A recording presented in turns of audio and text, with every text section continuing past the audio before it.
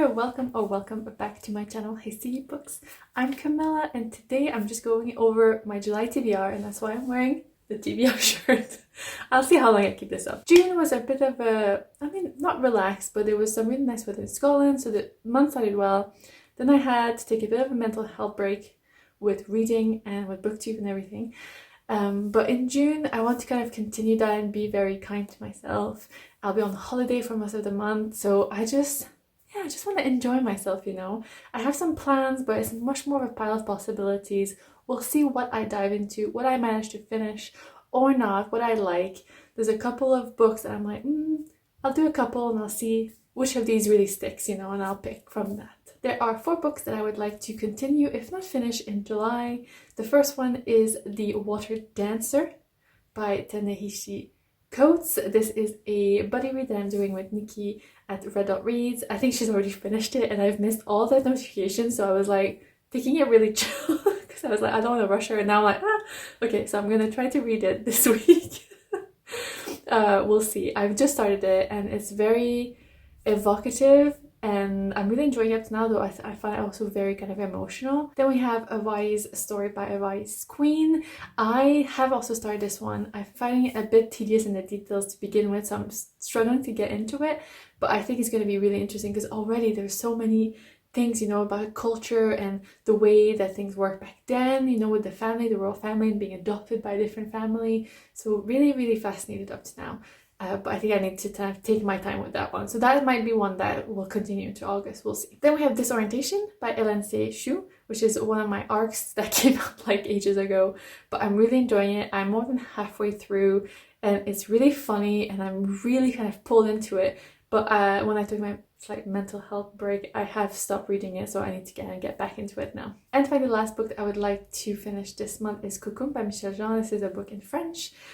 From the province that is not Quebec, and I'm also really enjoying it. I have started it in June. I thought maybe I would get to finish it, but again it took a bit of a hit at the end of the month there because I stopped reading. But at the moment, a really sweet story, and also when I'm home in Canada I would like to read more in French. I think I'll be in that kind of mental space a little bit more. Then let's talk really quickly about one of the readathons I'm joining, but it's much later this month. It is the Women's World Cup Readathon. This is hosted by Mark at the Book Time with Elvis, Alice on the Giant Bookshelf, Ross Scatty Dandling with the books, and I believe it's a Rambling Raconteur as well. So as you may expect, this is picking countries that are part of the Women's World Cup, which is starting at the end of July.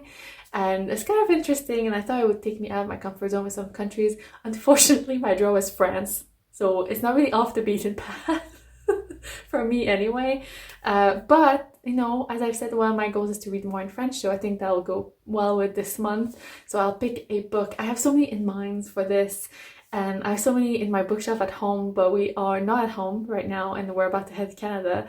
So we'll see what I pick up. I think I might wait to pick what book I read when I get to Canada. I think my parents will probably have something that fits for me. You know, I was thinking Annie-Ernaux because that would also fit with my goal of reading the women who won the Nobel.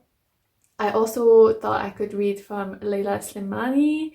But yeah, I'll see what I can find when I get home and then I will read it. I think the first match for France is on the 22nd of July. So I have until then at least to read. France is in a group with Brazil, Panama and Jamaica, which frankly I would have preferred any of those countries. But yeah, we'll see what happens next and how that readathon kind of evolves, I think mostly in August. And finally, the kind of main course of this video and of July will be that I'm joining Jane Austen July, which I'm very excited about, mostly because we just spent the end of June in Bath in England and it's very kind of Jane Austen heavy. I went to the Jane Austen Centre as well with a friend, and I bought some books as well, and it's just really nice. And I thought, what a better way to kick off Jane Austen July.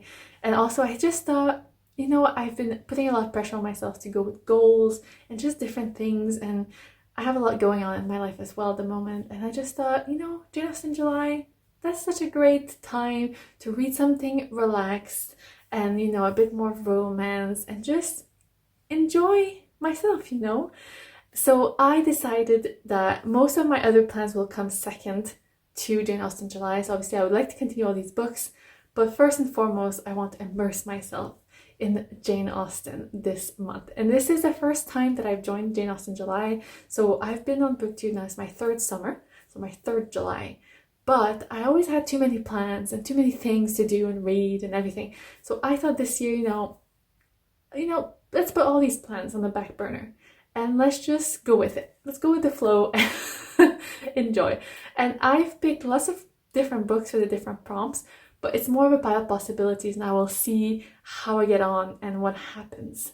And also I put my little pin. It says I Heart Wentworth, but you can't really see it. It's quite small. But so I'm very excited to join. This month-long readathon is hosted by 3 lovely booktubers. We have Blatantly Bookish, Books and Things, and Spinster's Library. And I watched all of their videos to get, good recommendations. So let's go into the prompts and see what I've picked. The first prompt is to read one of Jane Austen's main 6 novels, and I decided to pick Persuasion, which is the book that I bought in Bath. And I read all of Jane Austen's novels in 2021, and I actually really enjoyed just comparing different ones, and Persuasion was my favorite one. Obviously, I love Pride and Prejudice. It might be my favorite one ever, but this was a discovery for me, and I think it's up there with Pride and Prejudice, and I thought I would revisit it this year. And so I've already started because we are, the 2nd of July, so I started it yesterday, and I'm already about 10% through. And it's just nice to kind of take my time with it, and we'll see how we get on. I have been thinking of also reading Pride and Prejudice. I have the book at home in Canada, and obviously we're heading there this week, so we'll see if I get to both or not, but mainly Persuasion. Prompt number 2 is to read something else that Jane Austen has written, and I decided to go with The Watsons in Sanditon, and I've already started The Watsons yesterday as well. Actually, it's just an audiobook of that, and it's very short, so I don't think that'll take me very long. It's very good as of now already. I'm really into it, but it's so short, so I'm sure it'll be a bit kind of sad that obviously it's unfinished. And I might go into Sanditon as well after that. I've heard some really good things about both, so I'm very excited about it. In number 3, we have to read a non-fiction book about Jane Austen or her time, and all 3 hosts have recommended The Real Jane Austen, A Life in Small Things by Paula Byrne, so that's what I'm going to be starting very soon, and I'm very excited because it sounded really interesting and I got my hands on it, so I was really pleased. They also recommended What Matters in Jane Austen by John Mullen, but I could not find it, which I'm a bit gutted because that sounded really, really good, but maybe that'll just go to next year. In number 4, we have to read a retelling of Jane Austen, and for that there are 3 different options. I haven't actually looked if I have access to any of them, but it will be one of those, and I think they're all retellings of Pride and Prejudice. There's Where the Rhythm Takes You by Sarah Das, there's Hsieh at Last by Uzma Jalaluddin, and we also have Pride by Ibi Zoboi. I was looking for something by an author of color, something a bit different and diverse, so these are why these 3 kind of made my cut. Again, I'll see which one I find and which one I decide to go with. Prompt number 5 is to read a book by a contemporary of Jane Austen, and there's again so many options for that. First, I was thinking of just going with Frankenstein by Mary Shelley. I know I have a book copy at home because I read it during university and I remember really enjoying it, and I've never revisited it since, so I was thinking about it. But then I found new works as well, so I've already started, but I think I'm gonna have to restart it because reading too many kind of books of this era at the same time is going to be confusing. So it is Belinda by Maria Hedgeworth, and I don't know where I saw that recommended, but I feel like Jane Austen was a big fan of Maria Hedgeworth, so that's why I thought this would be really good. And I also found Evelina by Frances Burney, but I don't think I'll manage all of those, so yeah. And finally, the last 2 prompts are to watch adaptations. So the first one is to watch a direct screen adaptation of a Jane Austen book, and every year when I go home, me and my mom usually watch Pride and Prejudice, so I don't think that one will be difficult. I would really like to watch a Persuasion adaptation too, just because I'm reading the book and I just love it so much.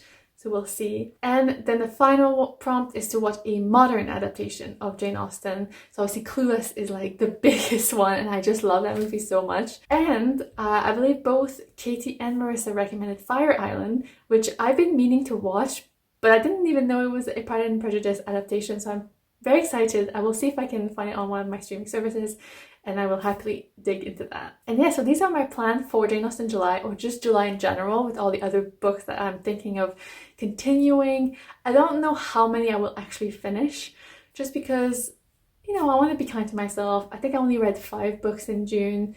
I'll be happy with just a couple books in July as well, but it's fun to make these plans and to see like the possibilities, and potentially some of them will just carry on into August, and I will definitely give you an update later this month. As always, thank you so much for watching, and I see you back. Bye!